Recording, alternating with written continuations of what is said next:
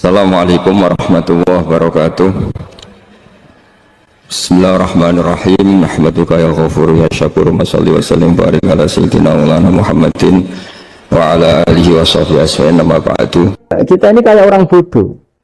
Kayak orang bodoh tadi. Profesornya makan nyaman ya kalau sesuai selera. Ya itu kan sama dengan anak-anak ABG. Anak ABG itu makan lahap ya kalau yang disukai. Lalu bedanya apa ABG sama profesor? Kalau cara berpikir masih sama kan itu. Kiainya juga gitu, kiai makan enak kalau yang disukai, kalau enggak ada. Itu bedanya apa kiai sama orang awam? Orang awam juga gitu, makan lahap ya kalau yang disukai. Nah ternyata perilaku kita ini yang pintar sama yang bodoh sama mas. Kalau kamu ingin berkasta lebih baik, itu cara makan enak itu apa? Idamuhu al-jur'. Lauk terbaik adalah karena kita sangat lapar. Makanya masyhur dalam cerita-cerita tarikh sirah nabawiyah, Nabi diberi hadiah, beberapa hadiah. Di antaranya ada yang diterima, ada yang enggak. Termasuk yang dikembalikan itu dokter. Ada seorang raja memberi hadiah Nabi dokter Tobit. Itu sama Nabi dikembalikan. Karena dokter ini sudah lama kumpul Nabi itu enggak pernah sakit. Akhirnya dokter ini putus asa, ini enggak perlu diobatin. Ketika ditanya, kenapa ya Rasulullah engkau tidak pernah sakit? Karena kita ini kaum, kita ini komunitas masyarakat yang tidak akan makan kecuali lapar. Dan selalu sudah makan berhenti sebelum kenyang. Jadi sederhana sekali pengobatan zaman. Sebagian besar penyakit itu pasti disebabkan kita ceroboh dalam hal makan. Sudah ngerti kalau durian masalah, kalau makan durian enggak kehitung gitu lah, apalagi kalau gratisan itu berapa banyak. Pola tidur juga gitu, kata Nabi, dan kita tidak tidur kalau tidak sangat ngantuk. Nah, itu namanya orang-orang soleh yang sudah ada didikte materi. Kalau didikte materi kan bisa tidur nyenyak kalau kasurnya enak, AC gini-gini. Dia enggak tidur enak itu ya kalau sangat ngantuk. Mbok di gudang, mbok di bis, kalau sangat ngantuk ya semuanya ya enak. Sama, mbok lapar, mbok hanya tempe, tapi kalau sangat lapar itu ya enak. Ya ini ilmu yang mulai hilang, ilmu-ilmu yang mulai hilang. Nah ini pentingnya ngaji ya. Jadi akhirnya ulama-ulama Indonesia itu dipakai rujukan. Jadi mulai Mbah Hasyim, Mbah Ahmad Dahlan sampai era buyut-buyut itu masih orang alim. Lama-lama yang di Indonesia ini orang-orang yang bodoh. Sehingga orang Jawa kalau ke sana dibully, ya Jawa tak kuluh kaya. Orang Jawa itu penggaweannya itu makan ular. Karena belut itu kalau di kamus itu persis ular. Dulu itu kan kamus tidak full color. Gara-gara gak full color, gambar belut sama ular itu sama. Belut itu belut sama ular kalau gak full color gambarnya sama apa enggak? Sama. Terus orang Jawa itu kan masih banyak yang makan bajing tupai. Bajing kalau digambar tidak full color sama dengan tikus. Gambar yang tidak warna hitam putih. Sehingga kita ini dibully pemakan tikus dan pemakan ular. Karena belut itu persis ular kalau digambar yang tidak full color. Sampai datang Syekhona Khalil, datang ulama. Ngarang kitab ya judulnya Al-Belut. Karena enggak terima bangsanya dinyak makan apa? Ular. Karang. Wal belut hayawanun bakhriyun, terus ya isu fi kadza wa kadza. Itu beda dengan al hayyah. Itu diterangkan. Mulai disandri. Terus sistem hotel juga gitu. Sama tanyakan dalam sejarah dulu orang Sedayu ada namanya Syekh Mukhtar. Syekh Mukhtar bukan bikin rumah besar yang siapapun orang Indonesia haji itu nempat di sana. Nah ini yang menginspirasi akhirnya ada hotel. Dulu Syekh Mukhtar hanya menyediakan untuk hujat-hujat Indonesia. Lama-lama jadi hotel. Cara ibadah juga gitu. Kita ini kan, saya ini punya bapak kiai, mbah kiai. Punya guru yang sangat alim ya seorang kiai Maimun.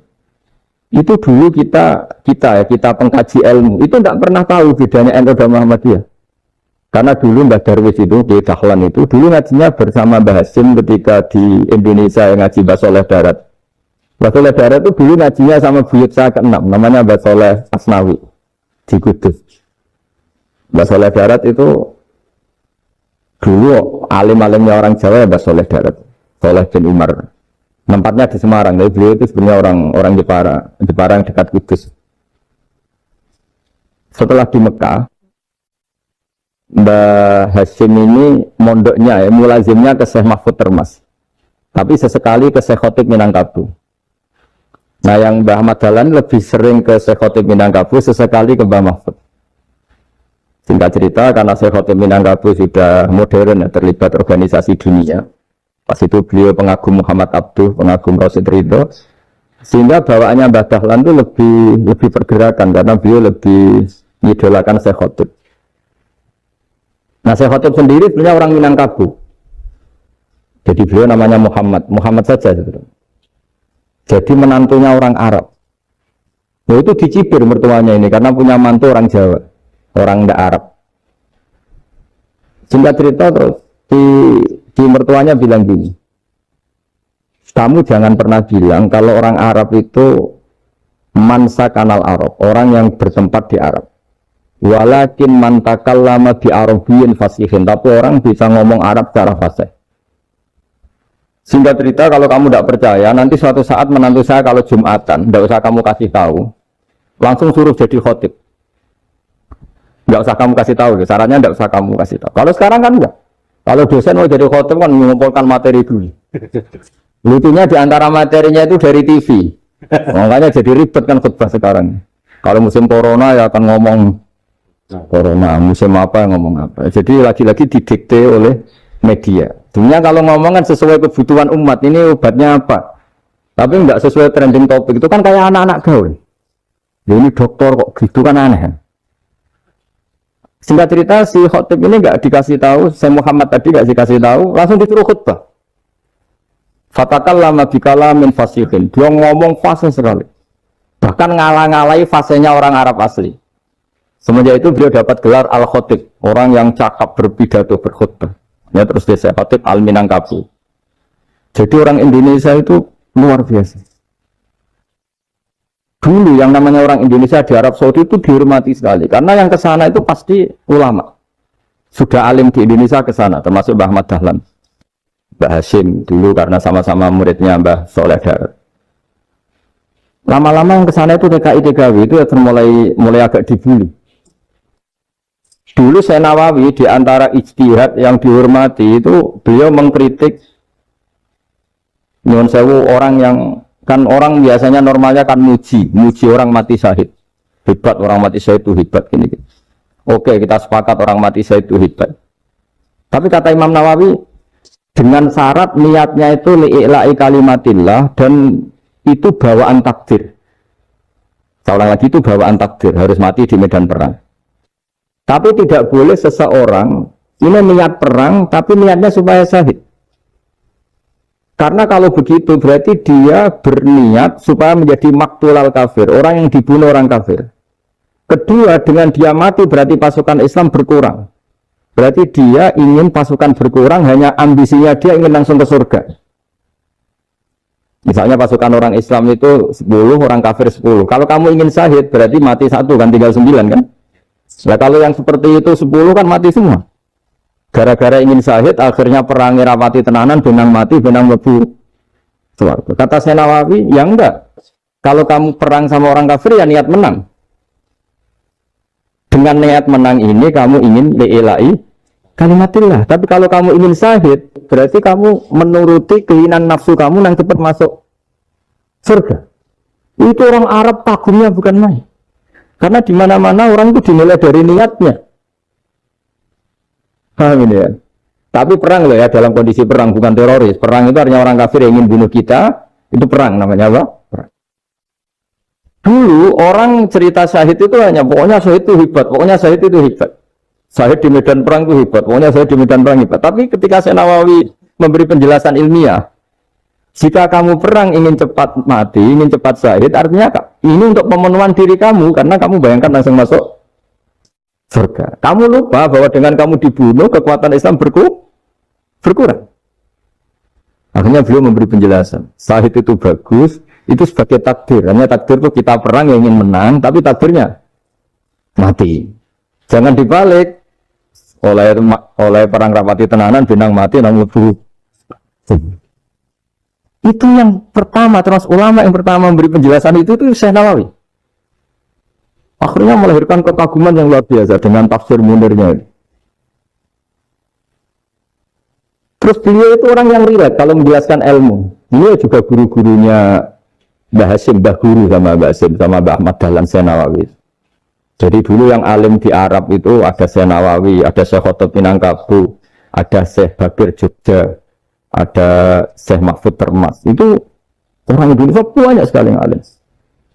Bahkan diantaranya yang dikagumi Al-Azhar itu juga orang Indonesia, nama Syekh Abdul Manan, itu mbahnya Syekh Mahfud Termas. Itu pertama ada duta besar Indonesia di Mesir, itu termasuk barokahnya Mbak Abdul Manan tadi, itu juga orang Indonesia. Jadi pemahaman ulama Indonesia itu khas, termasuk ketika memaknai apa? Syahid. Ketika memaknai apa? Syahid. Itu unik. Ketika Syekh Nawawi diuji dulu itu yang namanya ulama diuji dulu oleh 100 ulama. Jadi dulu ada kompetisi. Imam Bukhari diakui jadi ahli hadis itu diuji oleh mi'atul muhaddisin, 100 orang ahli hadis. Sanad dibolak-balik, matanya dibolak-balik, tapi beliau tetap bisa mengembalikan proporsi sanad itu. Syekh Nawawi pernah diuji gini. Ayul afdol al ulama awis salatin. Keren mana ulama sama raja atau sama orang-orang kaya, sama penguasa? Ya keren ulama. Dibully sama orang. Tapi setahu saya banyak ulama yang antri di rumahnya raja. Tapi saya tidak tahu melihat raja antri di rumahnya ulama. Dan kebanyakan kan mungkin ustadz atau kiai yang antri ngajukan proposal kan. Kan enggak. Nah kalau raja kan enggak pati itu. Malah enggak usah antri. Kiainya sudah nyambut sebelum datang. Jawabannya lucu Syekh Nawawi itu. Dan yang tanya itu langsung diem. Ya karena ulama itu tahu fungsinya uang. Sehingga cara nyari sampai seperti itu. Sementara raja-raja itu tidak tahu fungsinya ilmu, makanya tidak pernah sowan ulama. Sehingga, jadi ya dianggap enteng saja. Ulama kan tahu fungsinya uang, tahu untuk pondok, tahu masjid. Sementara raja tidak tahu fungsinya ilmu. Jadi itu khas Jawa ya, khas Jawa, khas Indonesia. Apa-apa yang menurut orang banyak dengan tanda kutip itu buruk atau baik, itu orang Jawa menafsirkan tuh gampang saja. Sehingga semenjak itu Jawa itu dipandang betul. Saya punya kitab namanya Qadhayal Haji wal Umrah. Itu terbitan Hayatul Ulya Arab Saudi milik Wahabi. Itu diantara fatwa yang dipakai untuk solusi muskilatul haji, problem-problem haji kekinian. Itu fatwanya syekh yang dari Indonesia. Termasuk Syekh Khotot Minangkabau, Syekh Nawawi Banten, Syekh Bakir Nur Jogja. Misalnya begini, dalam fatwa-fatwa yang menyulitkan kita ya, sampai sekarang jadi perdebatan. Ketika sofa dan marwah itu dengan batas tertentu, saya ulang lagi dengan batas tertentu. Mau tidak mau atas nama kebutuhan, itu kan butuh perluasan. Karena kalau naik turun itu mudah disepakati ulama. Jadi misalnya gini ya, saya punya tanah seluas ini. Pasti orang akan mengatakan sampai bawah ya tanah saya, sampai atas tanah saya. Itu mujma' alaih, itu disepakati. Sehingga Nabi ngendikan al-Ka'bah min tuhumil ardi ilas sama Ka'batun. Ka'bah sampai ujung bumi sampai ke aras semuanya Ka'bah. Sehingga tidak ada perdebatan ulama ketika Masjid Haram ditingkat, kemudian yang di atas sholat. Tetap dia menghadap Ka'bah. Tidak harus dulu melihat di bawah, enggak. Karena Ka'bah sampai langit. Sama, tanah Anda kamu tingkat sampai 10, nggak ada tetangga protes. Karena bawah sampai atas tanah Anda. Tapi kalau diperluas, tanah Anda kamu luaskan setengah meter saja atau 3 cm saja, iso geger mbek tonggo. Karena di mana-mana batas itu ya tadi, kalau atas bawah miliknya, kalau samping enggak. Pertanyaannya, perluasan Mina itu ke samping. Perluasannya Matof yang Mas'a itu juga ke samping. Quaker kan ulama dunia. Bagaimana hukumnya Mina Jadid? Mina yang diperbarui atau Mina yang diperluas. Itu diantara rujukan baik yang membolehkan maupun yang menentang. Itu ya Syekh Indonesia. Itu original tuh. Saya punya kitab original terbitan Hayatul Ulya, kira-kira ya kemenaknya Arab Saudi kalau di Indonesia itu yang dirujuk Dawei Nawawi, Dawei Khotib Minangkab. Karena apa? Ada logika khas Jawa. Misalnya begini, meskipun saya tidak perlu fatwa Mina jadid sah apa enggak, emang jadi perkhilafan ulama. Misalnya kampung ini dinamai Mina. Pertanyaannya gini, tanah yang di samping ini bisa milik Anda apa enggak? Ya bisa kalau dibeli atau dihibahkan. Jadi tanah di samping Anda menjadi milik Anda karena ada proses pengambil alian lewat beli maupun hibah. Nah masalahnya ini negara itu berhak menganeksasi atau memasukkan ini sebagai mina. Itu ulama Jawa kalau ditanya, alasannya apa? Fa'innal muttasila bisya' hukmu dzalika syai'. Karena yang gantet, yang mutasil itu bisa dihukumi seperti sesuatu itu. Jadi kalau ini mina, ya yang gantet mina ini ya bisa dikatakan mina. Beda dengan membuat mina, malang mina, wah itu tidak bisa, tidak mutasil kan. Itu enteng sekali ulama Jawa. Satu ya tentu karena kebutuhan, tapi asal masih al-muttasilu bihi, yang masih tanah yang masih mutasil. Nah ketika perluasan mas'ah antara sofa dan marwah kan misalnya ini batas luasnya sofa, ini batas luasnya marwah. Lalu atas nama kebutuhan, sofa marwah itu sampai sini. Sampai agak meluas ke sini. Itu geger Arab Saudi. Wah ini gimana. Padahal tawaf itu harus antara gunung sofa dan gunung marwah.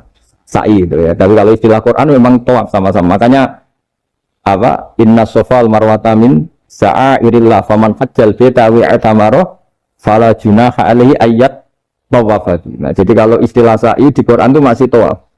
Karena harus ada, kalau bisa lah, bukan harus. Kalau bisa memang harus ada unsur muternya. Kita kalau sa'i kan dari sini sofa sampai sini marwah. Terus kan agak muter ke sini. Nah, kan agak membentuk lingkar. Nah, makanya Quran tetap mengistilahkan apa? Tawaf. Jadi bukan sini ke sini terus sini ke sini kan enggak, tapi sini sampai sini terus muter kan? Terus ini, jadi antara setar dan selama ini prakteknya yang gitu ya. Sofa ngambil sini, terus ke sini, terus agak muter. Ya karena ada unsur agak muter ini terus orang menyebut apa? Tawaf. Tapi itu bukan syarat sah, ini cerita ideal. Saya ulang lagi ya. Gunung Sofa itu puncaknya atau pucuknya kalau dalam bahasa Jawa itu hanya segini, ini sampai sini. Nah, kelompok Islam yang fikih keras nggak boleh diperluas karena Allah memilih tempat ini itu spesial, jadi nggak boleh ke yang lain. Tapi ketika kebutuhan mendesak, mau tidak mau harus diperluas. Itu jawabnya Kiai Jawa lucu. Gunung sing ketok itu sing dhuwure tok. Sikilane luwih ombo. Berarti karena kan gunung kan bentuknya gini. Nah sofa yang kecil itu yang atasnya, tapi sikilannya sini kakinya lebih luas. Jadi abot-abotnya siksa itu kalau kita sudah tidak merasa nyaman, tidak merasa asik munajat dia pengiran. Sebab itu Rasulullah dawuh, "Zaqatu amal iman man radiya billahi robba wa bil islami dina." Wong iso ngrasakno manise iman nek wis puas mbek pangeran. Lah puas itu dimulai dari tidak ngeluh dan gampang syukur. Nah misalnya kalau pulang mulang jenengan ngeluh ra enak, mulang jamaah santri enak dosen gajine jelas, sak jame jelas, nyai ra jelas. Salam template kowe takono pira ra pantes. Nah ngono ngeluh terus ngono nak dosen yang ngeluh. Bener nak dosen kowe enak gajine jelas, tapi loyalitasnya gak jelas. Nah, santri kan wani mati. Nah, mahasiswa masa wani mati demi dosen nih. Ngeluh pisan. Di bojo ayu ngeluh, ra enak di bojo ayu, rawan selingkuh, rawan disenengi wong. Mau di bojo elek ra enak di bojo. Nah, ora ono bare. Mana bener pangeran diancam inna adzabina apa? Dasati. Dia angkat terkungkung terus oleh siksaku. Mergo ya mesti ya kula niku tenan. Kula niku sering dilapuri kalian kanca angkatan kula. Gus jenengan nyai kok puide kok ra di masalah. Lah piye nek di masalah? Misalnya ana sing ra seneng jenengan Gus ora cocok. Lha apa iku masalah? Nak sing ra cocok pangeran. Aku dikandani Jibril itu lagi apa? Masalah. Ayo ra cocok manusa ya ora masalah biasa. Nggih biasa mawon. Makam kula kok setijenar kabeh ora ana sing ngono. Sing ana pangeran, ora masalah. Ya karena apa? Kalau saya ngeluh itu rawan tidak syukur. Akhirnya kita ngeluh. Terus tak ada wanginya itu nanan jebule wong ra cocok ngeluh. Itu yang repot. Mana gua pede mawon. Sulon ngaku madzhab Quran wa amma bi nikmati rabbika napa. Kalau ngalim ngaku ngalim di dhuwit ngaku napa? Di dhuwit. Ana ora di dhuwit malah meneng ae. Nang kula syukur. Pede kula yen pede. Kula mantu kula mati ngebu swarga. Kula mbek pangeran sing nyaman-nyaman ae. Ya bukan keangkuhan, memang begitu Tuhan mengajarkan kita begitu. Anak inda dzanni napa? Abdi. Aku itu menurut penyangkaane kawula aku. Sehingga ana cerita nggih tenggene neraka niku wonten tiyang alim saleh. Dilebokno swarga. Ditakoki karo pangeran, "Kowe roh mlebu swarga ya kowe iki kula seneng ibadah, seneng apa? Wis mlebu neraka gak ngargane aku ya ada pangeran." Karena ngandalno amal. Nek wonten tiyang ra ndek amal apik blas. Dilebokno neraka, mbek pangeran divonis neraka. Bareng divonis neraka, wis kono ke mlebu neraka. Niku piye ambek mlengak. Lho napa kok mlengak jenenge? Oh, tak vonis sampai dieksklusif bener kok mlengak. Saya tuh tidak pernah menduga ya Allah kalau sampean sesat di sini.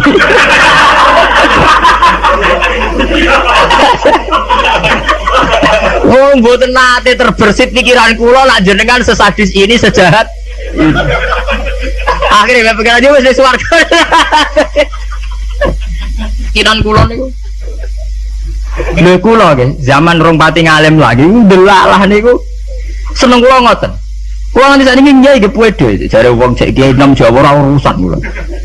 Kula nyai ning Yogya, ngomponakane sultan barang do ngaji kula ora urusan. Kula pede. Kula ditamoni bupati pede cara kula. Bupati lagi pejabat cara pangeran, ngene pejabat cara pangeran ora pede mawon. Kula riyen ditawani pengurus NU teng Kragan teng Rembang. Mboten nderek pengurus NU Gus, ya jelas aku NU ora usah pengurus. Pengurusnya pangeran ngajarno ilmune napa? Pangeran.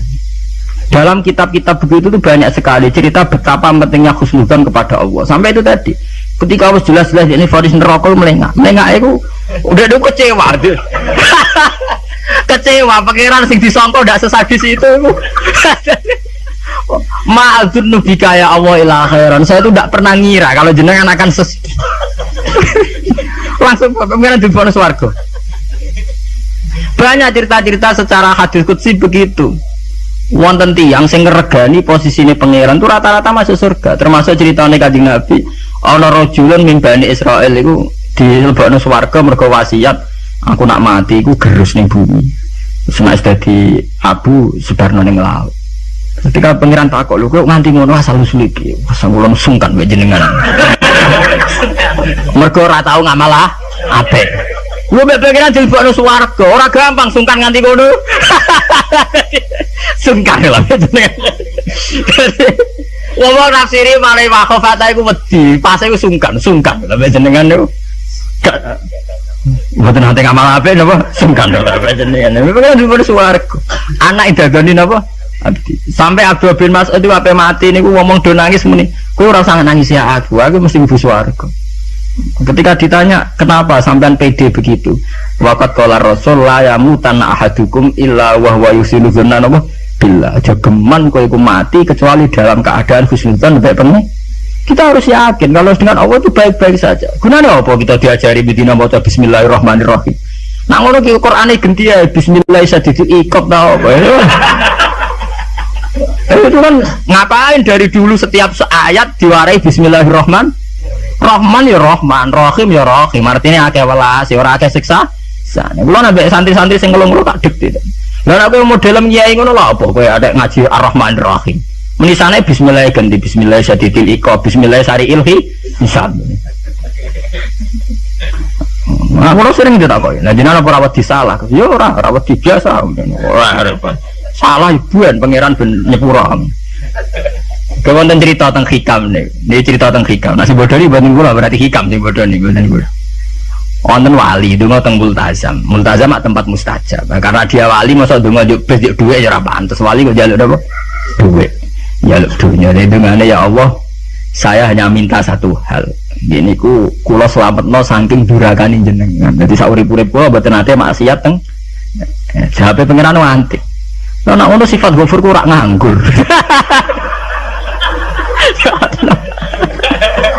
Senengane sifat nyepuro mergo ana salah. Lah nek ora tau salah sifat ghafur ku ora napa?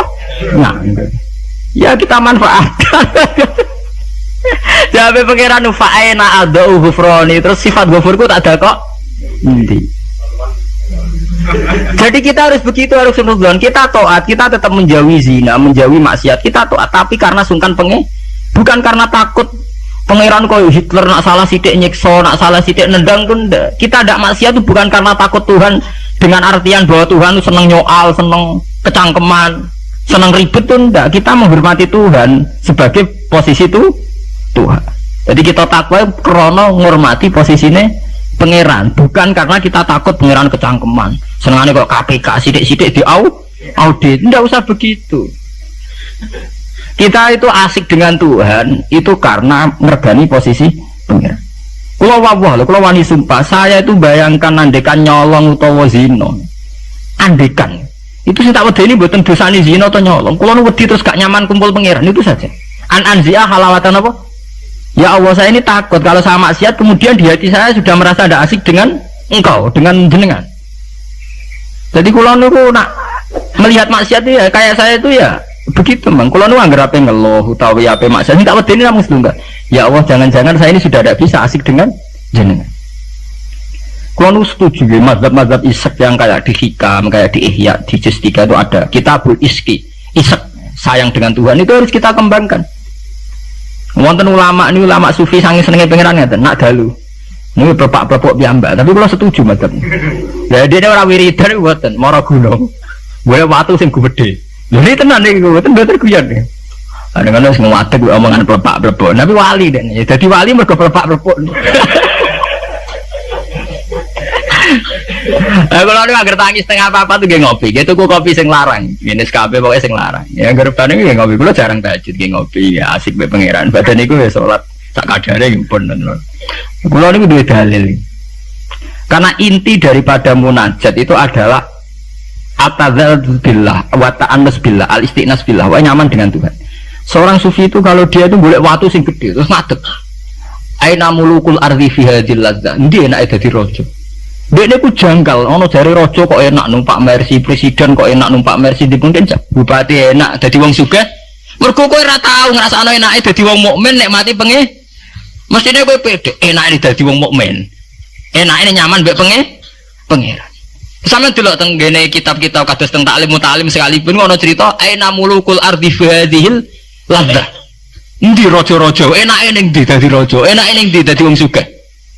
Ndak ngalahno nikmat kuwi iki. Lan kula mboten saged bayangno enake dadi kiai gedhe kiai cilik mboten saged. Nggih bayangno enake wong seneng pangeran niku. Saya pernah punya kakak wakil bupati. Saya kenal sama menteri. Tapi mboten nate kula ngrasa enak dadi menteri iki biasa mawon. Selagi aku cek seneng pangeran ya enak titik. Makanya istilah Kanjeng Nabi zaqatu mal iman man radiya bil rabb. Iman itu harus ada rasanya. Mungkin kamu iman secara intelektual. Kayak santri-santri ya iman kabeh secara intelektual, tapi murni kering. Yaiku iman nak pangeran iku ana. Mergo dalil al-alam mutaghayyir wa kullu mutaghayyir hadis wal hadis la mudda ayakuna min muhdis. Iku jenenge iman kering. Pokoke dekne ana pangeran percaya mergo alam mutaghayyir. Nak mutaghayyir iku barang hadis. Nah hadis buta Nabi tidak pernah mengajarkan begitu. Iman tuh harus sampai dzaqatu mal iman, harus ada rasanya. Lah rasane iman dimulai sangka nyaman mbek pangeran radhiya billahi napa Rabban. Sebab itu Quran diulang-ulang. Walladzina amanu asyaddu hubbal lillah. Kalau wis mukmin tenan ku nyaman dengan Tuhan. Sebab itu tengene surat Al-Bayyinah nggih ngoten, nyeritakno wong mukmin sing khairul bariyah. Innalladzina amanu wa amilus solihati ulaika hum khairul bariyah. Ditutup napa radhiyallahu anhum wa radu ana terus zalika liman khasyana napa Rabb. Orang yang takut posisi Tuhannya. Ini sing disebut wa amma man khafa maqama rabbih wa nahan nafsa anil. Orang yang takut posisi Tuhan, sehingga karena takut posisi Tuhan ini kemudian mereka wa nahan nafsa anil. Jadi gampangane orang maksiat itu mergo sungkan pangeran. Orang mergo wedi neraka. Nah itu harus kita latih, ya, kita latih. Meskipun gak usah wiridan mau kayak ulama sing plepak-plepok ning dhuwur watu. Nah, jare sarai ngeten, jare sarai. Kenapa kok milih watu? Jare raja iku nasike mergo lungguh ning kursi dhuwur, liyane ning Ngisor. Anak ngono ora iso munggah gunung gak liyane ning ngisor. Dadi ya di elmoni disyariati dekne. Jare sarahe iku cerita, kenapa milih dhuwur gunung? Mergo dadi raja iso mlepuk ra kursine dhuwur iso didang didik. Lah ngono kowe ora iso munggah gunung terus didang didik. Lah tapi kok edan lah. Lah kowe tomak ambek keadaane raja edan. Kalau ukuran edan tidak rasional, misalnya ngene. Lah tapi didang diding dian kok wong edan, Gus. Lah kowe tomak ning kenikmatane presiden, tomak ning kenikmatane wong sugih iku ya edan. Karena apa? Kamu ingin sesuatu yang tidak milik kamu, itu ya tidak rasional. Wong kowe ra ngombe es kok kepen seger itu ya tidak rasional. Tidak rasional kan ya edan padha. Padha-padha edan sing nikmat to. Padha-padha edan. Makanya dari al-majrun fillah atau ning kitab saya itu jangan jadab. Dia sudah ketarik sama pangeran majdzubin. Karena sama-sama edan kan. Daripada kowe edan ngiler nek mati wong liya atau edan nek mati diri sendiri. Ya syukur-syukur ya enak ya ora usah edan. Itu kan malah cara kula ndak usah kesana lah, ndak usah sampai munggah gunung pelepak-pelepuk ngoten ra usah lah. Ya cukup misalnya sampai tangi jam 3 ngombe kopi ya nikmati. Ya kayak paham wong tasawuf kan ngoten. SBZ lah nak ngombe kopi, iku sing dinikmati sak cingkir sing diombe. Senajan to karena dekne presiden tentu neng pawone mungkin berbagai kopi pirang, mungkin kopi Brazil Sumatera, tapi sing diombe SBZ sing saiki alhamdulillah ya mau sak cingkir iku. Lah nak dekne tapi aku duwe beragam kopi, jajal Pak campur bareng terus ombe, kira-kira rasane piye? Ya artinya kan bodoh Pak SBY yang ngombe sak cingkir kopi, gue ya sak cingkir kopi. Ya wong poligami ya bodoh, misalnya bojone papat, paling dirasakno sito. Ya bodoh bae gue bojone napa? Sito. Mulane cara wong tasawuf berasem sak gudang, sing mbok pangan ya sak piring. Apa nak berasem sak gudang ngenteni nikmat mbok entekno sak gudang. Itu penting ya, kearifan begini untuk melatih kita supaya tetap syukur. Saat ini penyakitnya, mulanya kalau usul ya, para kiai itu jangan terlatih mentoleransi umat sing ngeluh. Selama ini dalihnya kan ya namanya umat ya kita dengarkan kita apa murah bener dirungokno itu dididik. Kalau sering nonton tamu riyen sering kalau jadi tamu saat ini mun kapok mergo tak amuk tenan. Riyen kalau sering jadi tamu bagus kalau dadi kiai kok men sumpek terus perkara ekonomi, perkara pengaruh ngeten-ngeten. Pancen ngalim mrung tutup amne. Ya tak amuk ngoten. Maksudnya piye? Ya kowe ku urung ngimani radhiyallahu anhu maradu'an. Ciri utama wong apik mikir diridani pangeran ta ora. Ki pikiranmu diridani manusa ta ora. Lha iku sing maksud ngaji mrung tutup. Berarti kalau salah ibu itu salah. Jelas apa? Nah misalnya ana sing ngeluh kula niku kesurip kula lara kabeh ora tau di dhuwit. Mesti ora di dhuwit kowe tok. Ora di dhuwit ya pirang. Mari dhuwit penting di pangeran. Nah, penting pangeran ya wis kowe jadi pangeran wis to. Soal di dhuwit ya biasa. Ya ora di dhuwit ya golek tapi ora usah ngeluh. Ya biasa saja. Masalahnya itu tadi kita ini termasuk kehilangan banyak energi. Itu karena sering ngeluh. Sebab itu pangeran sampai ngendikan wa amma bi ni'mati rabbika apa? Sama nak delok teng manakib. Kaya apa mlebu Syekh Abdul Qadir. Sampai wonten bab khusus dawuh Syekh Abdul Qadir krana wa amma bi ni'mati rabbika apa? Wadi sampai ngendikan ana salahul ahwal ana bahrun bila sahil ana narwahilmu. Nganti plebak nganti pirang lembar ngendikan ana salahul ahwal ana bahrun bila sahil. Asura Husain al-Khalas asrotan walau kuntu fi zamani la akhadtu biyadihi. Husain al-Khalas udah ini sempat kepleset. Saya ngerasa periode be aku. Terus periode be aku tak selamat. Oh, cek ra puas, mlebu cek diterusno. Wa ana likulli man min muridi wa muhibbi wa wilayah milki apa akhudhu biyadi kulama asra hayyan wa maita. Wes pokoke sing seneng aku, sing menggedaki aku sampai kiamat. Nah, kepleset tak tulungi aku. Apa mereka secara real Syekh Abdul Qadir itu begitu ya ndak, itu omongannya wong isek. Artinya Syekh Abdul Qadir yakin bahwa orang yang senang dia atas nama Allah tentu Allah mesti nulung. Ya berangkat dari satu keyakinan. Kayak kalau ngaji kan pede mawon, kalau ora kuwatir disalahno wong liya mergo metode ngene kurang ini. Paling sing ngomong ngono kan menungso, gak penting. Kecuali nak Jibril ngandani aku, gak ngaji cara pangeran metodene rubah lah. Itu kan karwane nak ngono. Nah, anak manusia itu udah ono bare. Ini bener ceritanya Luqman Hakim niku. Jong, Luqman Hakim ngandani anaknya